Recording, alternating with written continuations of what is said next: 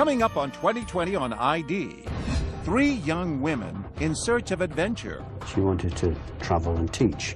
And the allure of Tokyo. This is my house where I live in Japan. And she embraced it fully. She absolutely loved it. Then, I said, I just feel something's terribly, terribly wrong. all 3 women murdered. You know, it's the worst news any parent can get. It's horrifying to think that another family is facing what we had to face. And 3 families struggling to uncover the truth. My daughter didn't come here to be murdered. She came here to help. We were over there on our own. No embassy, no police, nothing. Can they find the killer? I was sitting 8 foot away from the man who murdered my sister. And will there be justice? It's unbelievable. Nothing can prepare you.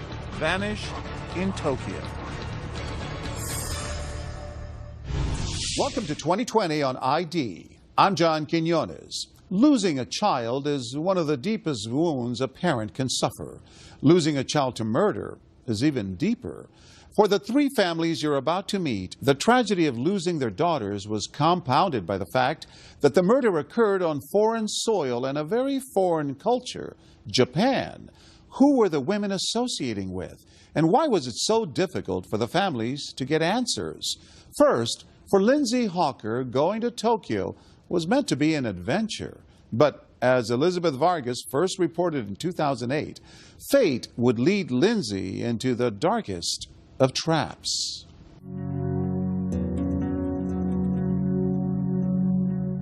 Although they live an ocean away in the English village of Warwickshire, the Hawker family may seem a lot like yours. We obviously love to spend time together. You realise what things in life are important, and your love for your family and each other is definitely the most important thing. Even when we got older, we still went on holidays together, the 5 of us. We was a very close family. The Hawker family had 3 daughters. The first to go out on her own was 21-year-old Lindsay. She was a young woman, an intelligent woman. She was going out in the world of work, and we were very proud of her.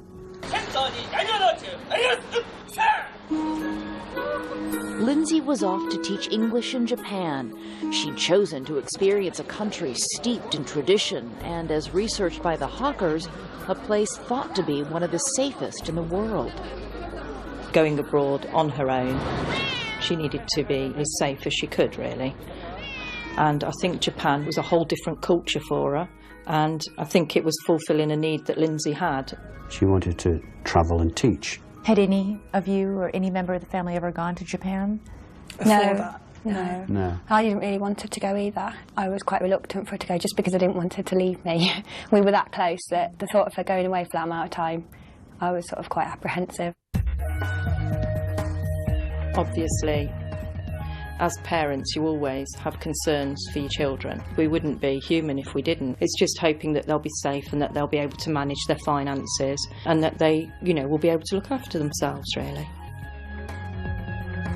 But the thousands of miles between them were trumped by modern technology, and Lindsay was constantly in touch. This is my house where I live in Japan. But she would either speak or text. She used to email me. We heard from her almost every day. And what they heard was that Lindsay was having a ball. She wouldn't stop going on about how lovely the people were, how respectful they were, just a completely different way of life, and she embraced it fully. She absolutely loved it. Quite an adventure for her. Yeah, I realised, she made the right decision for herself, definitely, and I'm glad she didn't listen to me. I wish she would have listened to you. The family's shared pleasure at Lindsay's Japanese experience came to an abrupt end on a Sunday when communication from Lindsay suddenly stopped. I emailed her and I didn't get a response, and so I texted her on her mobile phone and didn't get a response. As the day turned to evening with no word from Lindsay, the Hawker household became increasingly concerned.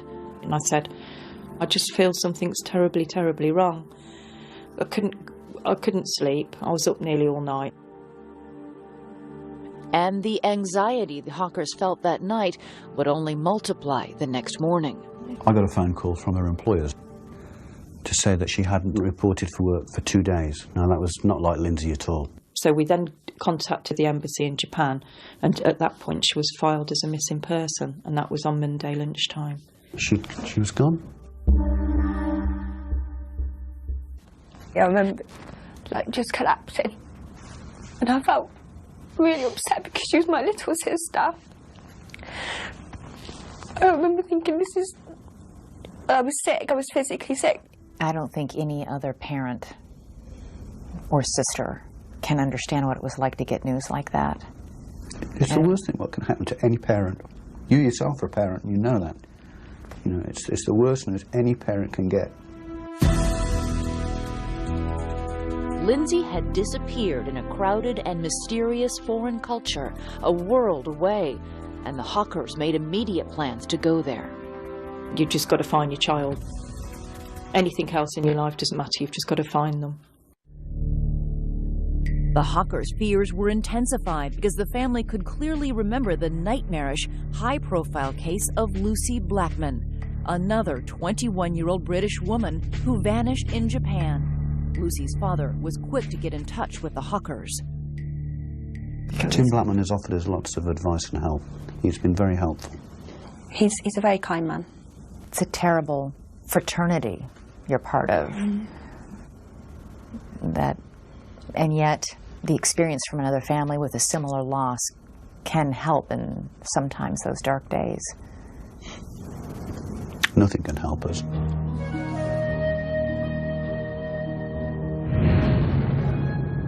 The Hawkers, like the Blackmans before them, faced a personal trauma unfolding in a culture they didn't understand and in a language they didn't speak. We see echoes of what we were dealing with shining through the Hawker investigation, and I kept finding myself either up a blind alley or a door that wouldn't really open. It's horrifying to think that another family is facing what we had to face, and in such similar circumstances.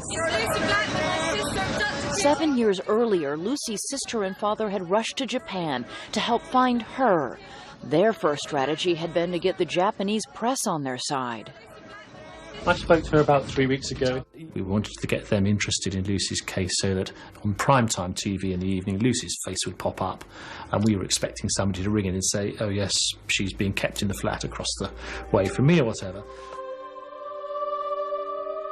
But whatever their efforts, the Blackmans heard nothing. Lucy disappeared in the summer, and by the time the snow fell, hope was fading. In a traumatic story that lingers to this day, the Blackmans would wait more than half a year for any answers about Lucy.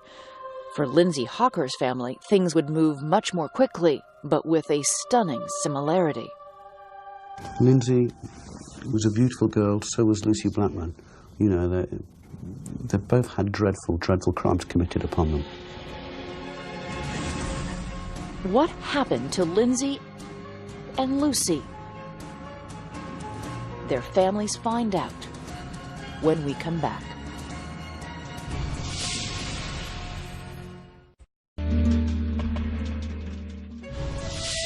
Lindsay Hawker had just turned 22 years old when she vanished in Tokyo while teaching English there. She loved teaching so much. She was kind, she was caring, she helped people, and I don't think of whom they could have been more proud than Bill and I have been of Lindsay. We just prayed, really. We just prayed that she'd be all right.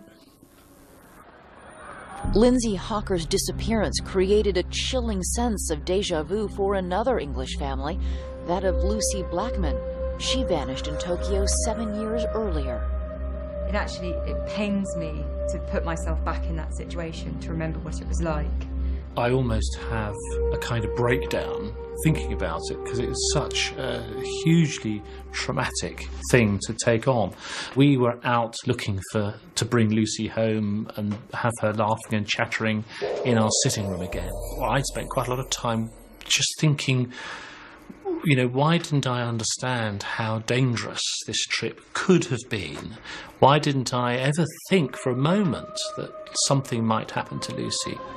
Lucy's parents are divorced. Her mother, Jane, made her own trips to Tokyo as the weeks without word on Lucy turned into months. I keep hoping that they'll say, oh, we found her. But realistically, 7 months on, I have to think, you know, the worst.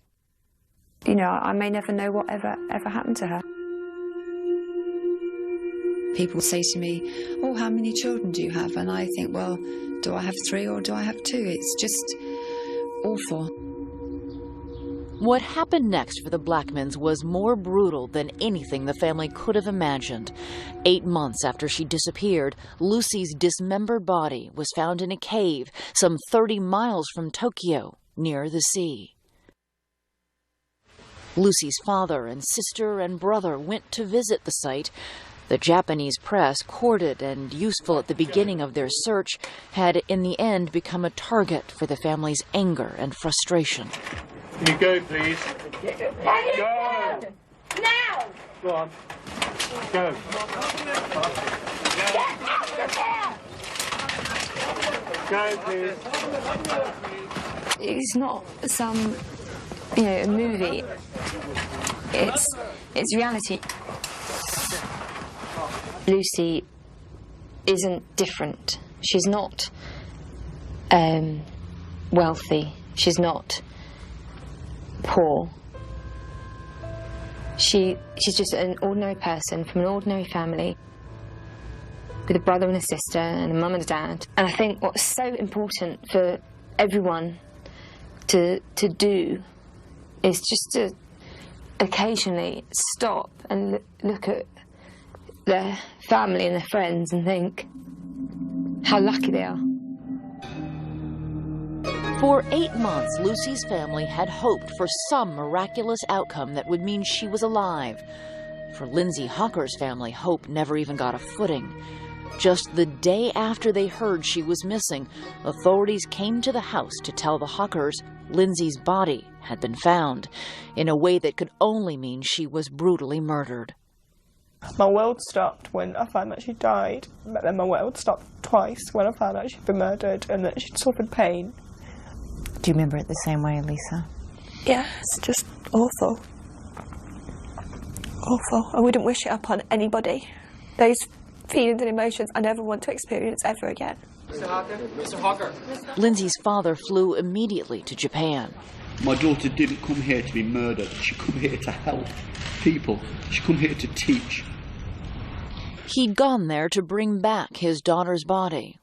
I asked him to go and bring her home.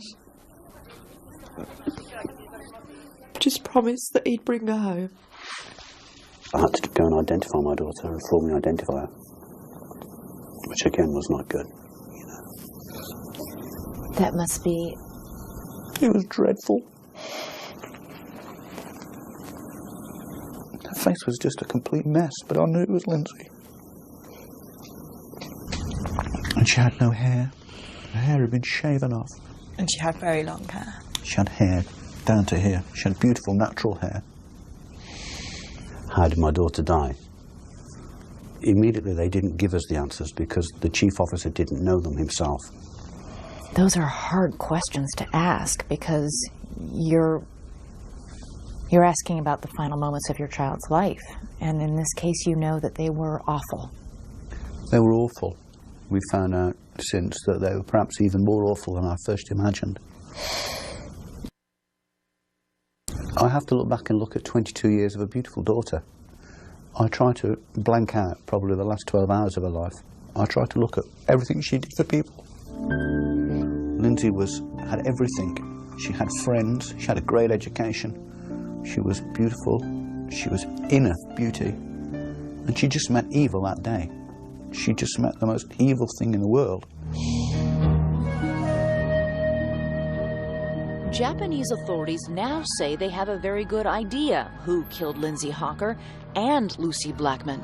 As 2 separate cases unraveled in Tokyo, the men targeted by police shared at least one thing in common: backgrounds of wealth and power.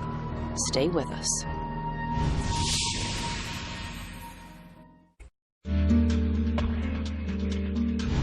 Two families traumatized by the disappearance of their daughters in Tokyo. Now they know the awful truth. Authorities have found the mutilated bodies of Lucy Blackman and Lindsay Hawker. But for the families, that's not enough. They want answers, and they also want justice. Here again, Elizabeth Vargas. In contrast to American and British authorities, Japanese police share very little information with the victim's family. It's heartbreaking.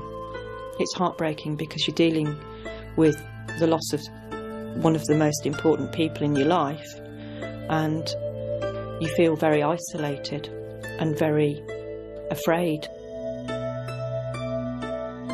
And we feel as if we're being treated as if we don't have any rights or any entitlement to any information. You go abroad and you have left behind all the sort of support mechanisms that you take for granted in your daily life. The Hawkers are now having to find strength from within, being kept out of the investigation because it might interfere with the police investigation. We've just got to have faith in the Japanese police. The Blackman family said that they felt in dealing with the Japanese police that it was a very polite wall that they ran into. People were very polite and firm. I'm sorry, we have nothing for you today. That's a very good analogy of the Japanese police. A very good analogy. We can just hope that at war behind it, they're doing something good. That's all we can hope. What we've said from day one is that we feel as if we have had to conduct our daughter's murder investigation. The well-guarded investigations began where each woman worked. Lindsay Hawker taught English to people of all ages at a language school. Lucy Blackman had a different job, but one that shared some potential clients, wealthy Japanese businessmen. Lucy worked in one of Tokyo's numerous hostess clubs, a popular and long-accepted part of sophisticated nightlife in Japan, and a setting that became central to the mystery around her disappearance. In 2001, I worked in the club where Lucy Blackman was working. Here were places where Japanese businessmen with huge fat expenses wallets could go at the end of the day, and they could basically spend the evening chatting to attractive young women and, you know, drinking Suntory whiskey at $300 a bottle. You would talk to them, you might sing karaoke with them, you would serve them drinks, you would light cigarettes. It was as simple as that. British novelist Mo Hayder set a thriller in that seductively charged atmosphere and says Western women were at a premium. White Westerners were so respected that there would be huge status to having a Western woman on your arm. Lucy Blackman, like many young British, Australian and American women, thought that hostessing would be lucrative, easy and safe. The clubs are not selling sex, they're selling alcohol. And the hostesses' interactions with the customers, however flirtatious, are strictly limited. At one point, I think a customer tried to touch a girl on the breast, and he was immediately thrown out of the club and banned for life. When Lucy Blackman vanished, police theorized that a hostess club client may have wanted more. The investigation led authorities to this seaside condominium and its owner, real estate millionaire Joji Obara, a bachelor with a taste for expensive boats, costly cars, and, we've been told, Western women. Obara was a regular on the hostess club scene. One club manager remembers him using different names, but the same elegant style. He came maybe 2 or 3 times. He was very fashionable, wearing Versace and Armani and so forth. He was very good at English, and I saw him talking with girls very quietly. Obara was arrested in a separate rape case. Eventually, 8 women would come forward to say that he had drugged them, raped them, and videotaped himself doing so. He videoed at least 50 of these occasions.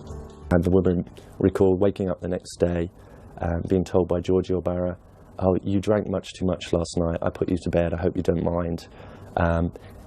Here's some money because you've missed a whole day's work." Obara maintained the sex was always consensual, but once he was in custody on the rape charges, police began to connect him to Lucy Blackman. As police searched his properties, there were leaks about telephone records that showed Lucy had made a call from one of his mobile phones.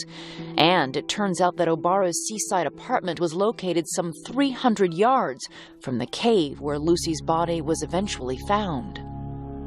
Authorities suspect Lucy died from an overdose of some drug he administered, and that Obara panicked and hid the body. There was sufficient evidence to charge him in Lucy's death, and 7 years after Lucy disappeared, there would finally be a verdict in the case against Joji Obara. Lucy's father says nothing could have kept him away from the courtroom.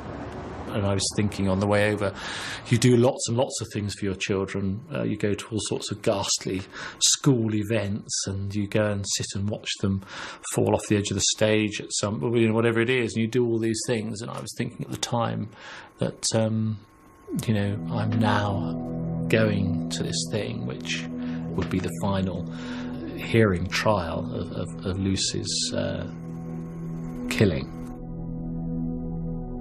Coming up, a verdict in Lucy Blackman's case and the twisted tale of yet another young woman.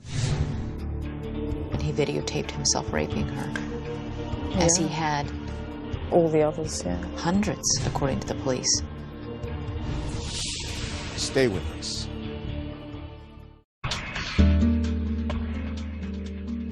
Two young women, perfect strangers, have vanished in Tokyo. Lindsay Hawker was teaching English. Lucy Blackman worked in a social club that catered to wealthy men. But if only they had known about a third young woman who traveled that same road before them. Once again, Elizabeth Vargas. Like parents everywhere, the Ridgeways in Claremont, Australia hoped their children's dreams would come true. Of their two daughters, Samantha and Carita, it was the younger Carita who showed specific ambitions early in life. She loved drama and play acting. The two girls would often tip up a couple of chairs and put a blanket over it and do a play, and we had to watch them. And Carita was a really lovely girl, and I just thought that she would do really well in life.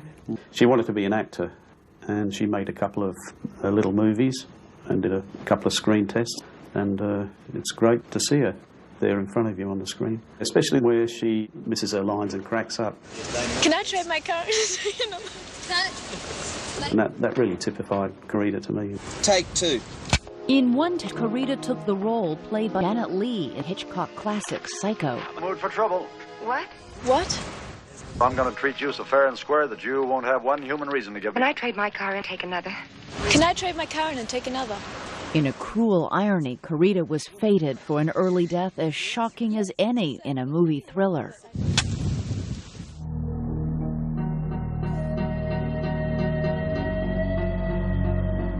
When she was 21, Carita left for Tokyo to earn money for acting school. Her sister Samantha was already teaching English there, and Carita wanted to do the same. I said, just come stay with me and, we'll get you a job. There was nothing open at the time, so she just took a job that was in the newspaper. You found a job as a hostess at a club? Right, working in a hostess club. Carita worked at a club in the Ginza, Tokyo's most expensive shopping area. It felt upscale and safe. We didn't have a lot of idea about what it was. I mean, we knew that it was like talking to customers, serving them drinks and chatting. And we thought, that seems pretty harmless. Carita seemed to think it was just a laugh. It was also a job that left opportunity for sightseeing, and Carita's time in Japan was a happy one, until the night she never came home, and the phone call that came the next day. It was the hospital calling me to tell me that Carita was in the hospital suffering from food poisoning and that I should come down straight away. When you got there, what did they say? A Japanese guy by the name of Nishida dropped her off, and she was unconscious or semi-conscious, couldn't speak. Samantha was told a man calling himself Nishita left Carita at the hospital after telling doctors she had a violent reaction to bad seafood.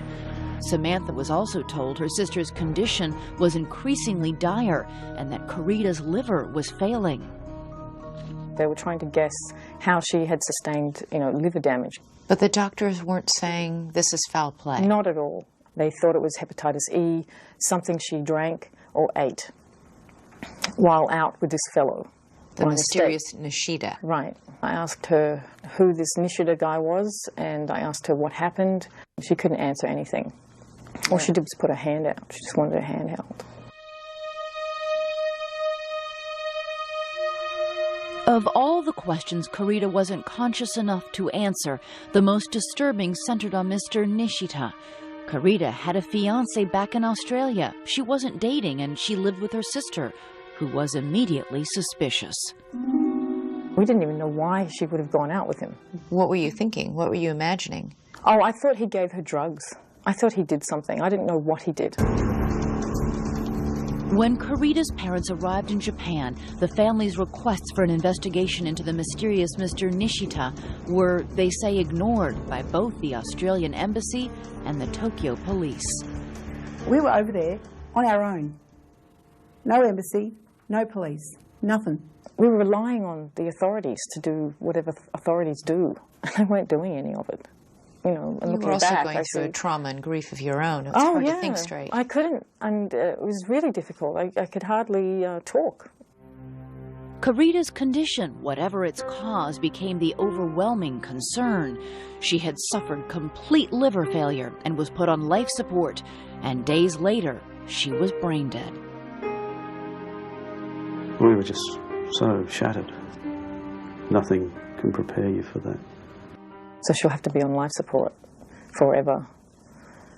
So at that point, the family made an excruciating decision, I'm sure, to turn off life support. Mm-hmm. Yeah.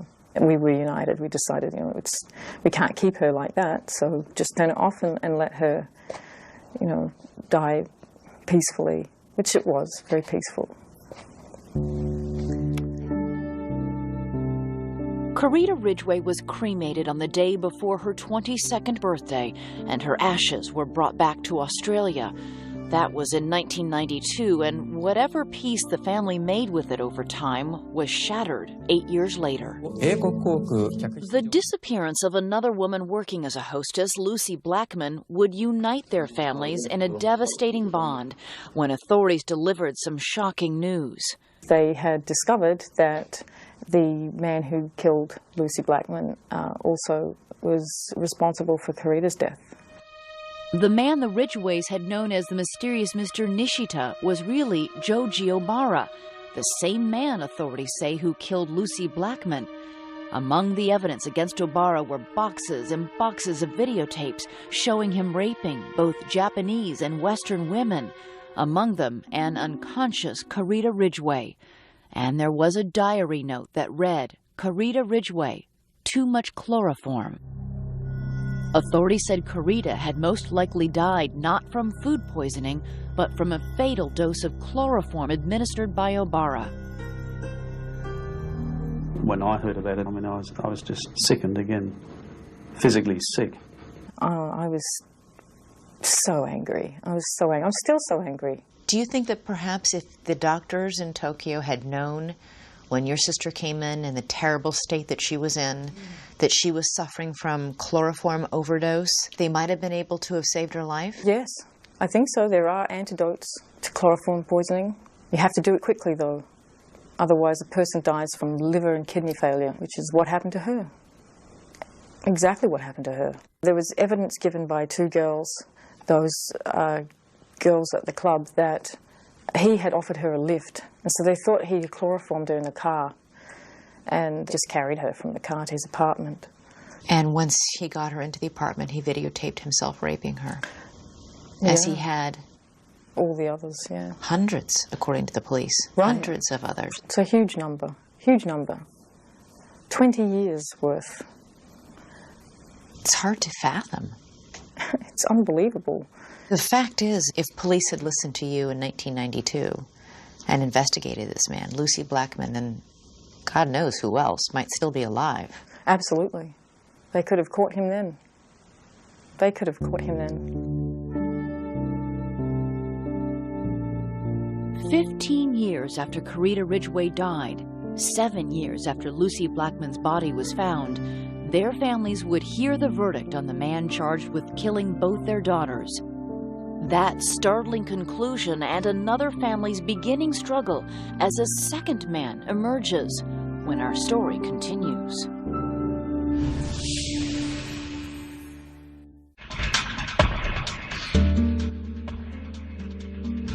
Three young women moved to Tokyo for work and adventure, and all three were murdered. But after years of waiting, the families of two of the women are hoping for justice. Here's Elizabeth Vargas with the conclusion of our story.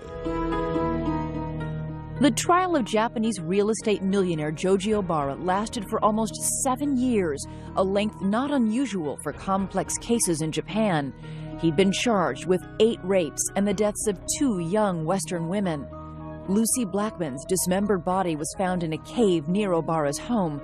Through the years, Lucy's father and sister attended the legal proceedings, and they were there at the end of April 2007. It really hit me that I was sitting 8 foot away from the man who murdered my sister, and it was very hard to contain that emotion.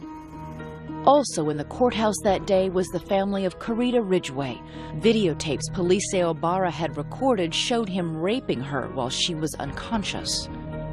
Our main point of going for the verdict, to see Obara be given his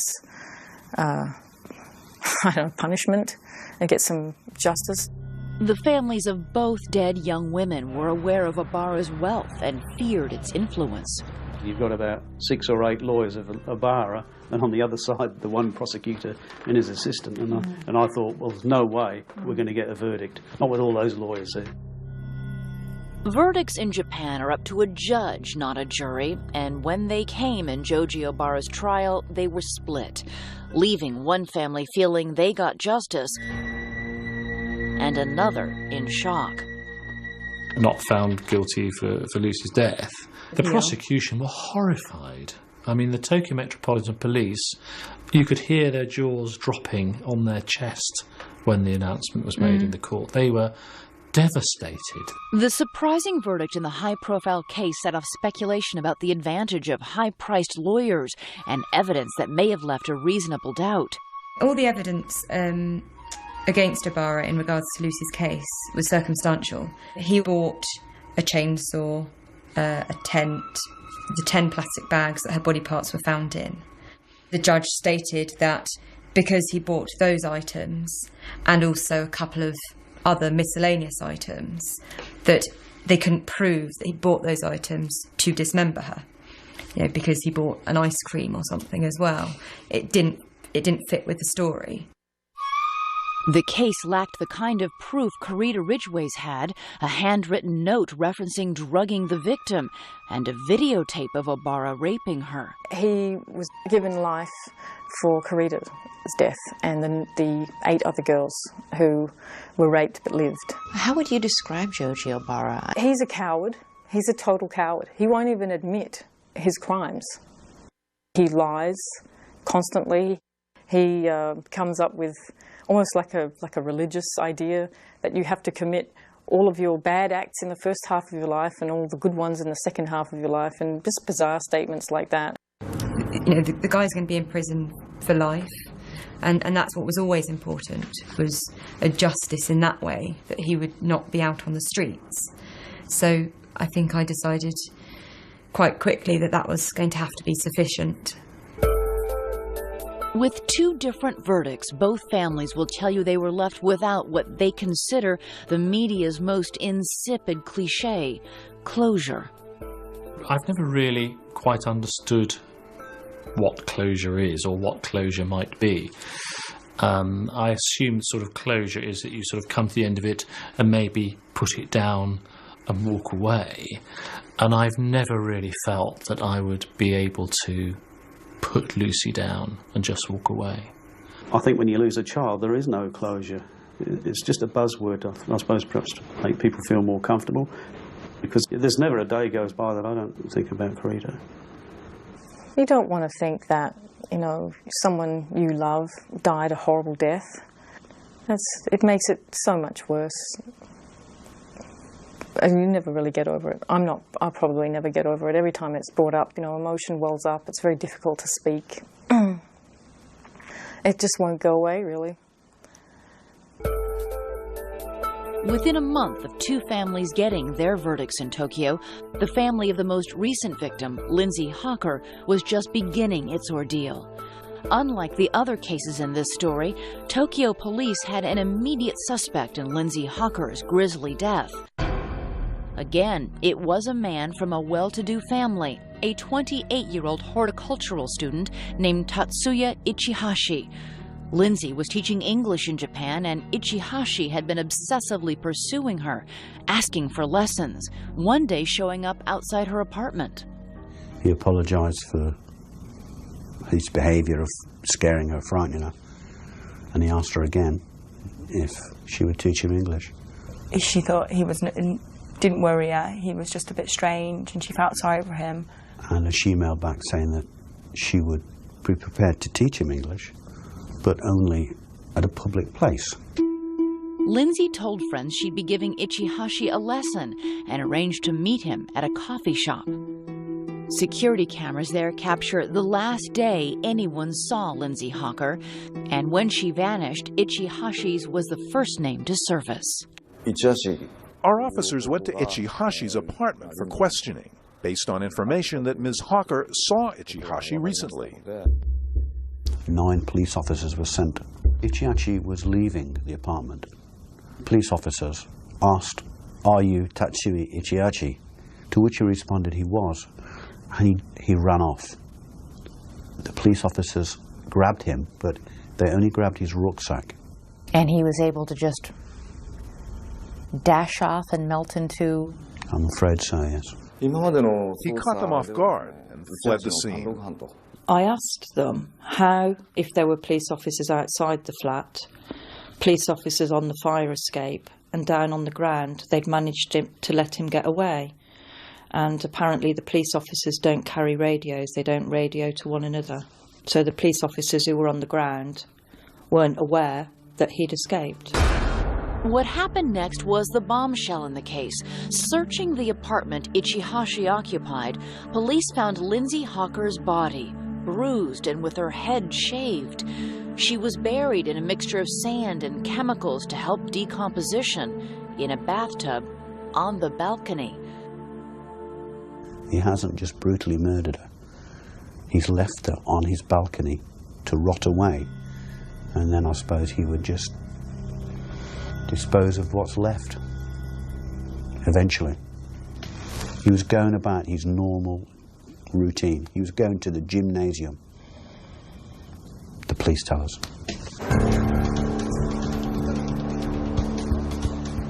Ichihashi escaped into the vastness of Tokyo. Police think he may be working under a false ID, living as a street person, or in disguise. And they told us finding him is a top priority.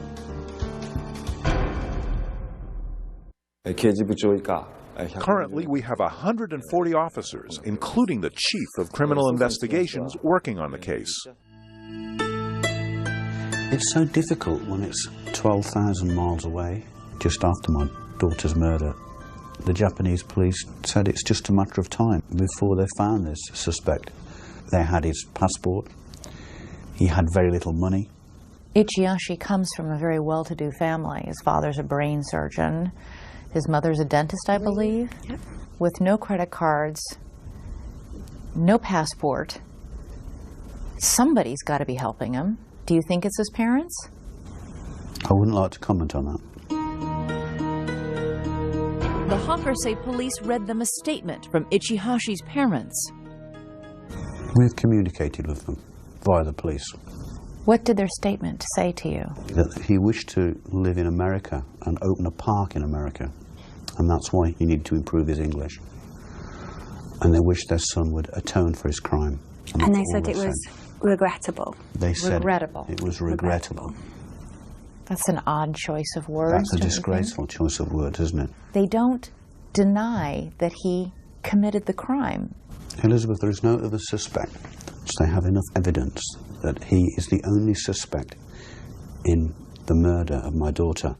Police confirm they think he's their man. When Mr. Bill Hawker came to Japan, he said Ichihashi put Japan to shame. Those words resonated in our hearts, and we remember them as we proceed with our investigation. We are determined to find the suspect for Ms. Lindsay. Lindsay's family fears the suspect could be loose anywhere in the world. The family-run website about Lindsay's case displays his picture, as do T-shirts the Hawkers are distributing. They want as many eyes on this face as possible. I just wouldn't want another family to have to go through what we've been through the last 6 months, because it is living hell. He's out there, he's free. Who knows how many missing girls there are out there, and that's what makes this more sinister. Do you think that your family can have peace if he isn't caught? I mean... We'll never have peace, but we'll have a little bit more peace. Knowing that he's off the streets. The scary thing is Lindsay was probably the most sensible person I know, and was so wise and knowledgeable.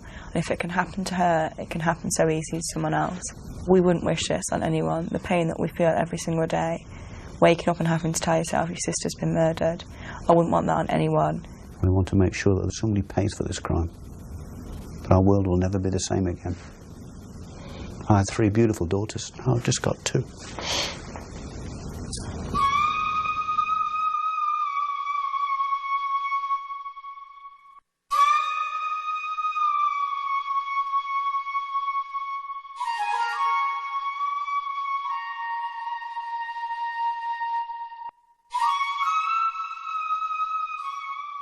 There was finally a little comfort for the Hawkers. After a 2-year manhunt, Tatsuya Ichihashi was arrested in Osaka.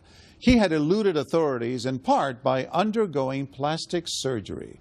At his trial, he confessed to killing Lindsay Hawker and was convicted and sentenced to life in prison. As for the Blackman family, Japanese prosecutors later appealed Joji Obara's not guilty verdict in the death of Lucy. He was retried and found guilty in the abduction and mutilation of her body. I'm John Quinones. Please join us next time for another edition of 2020 on ID.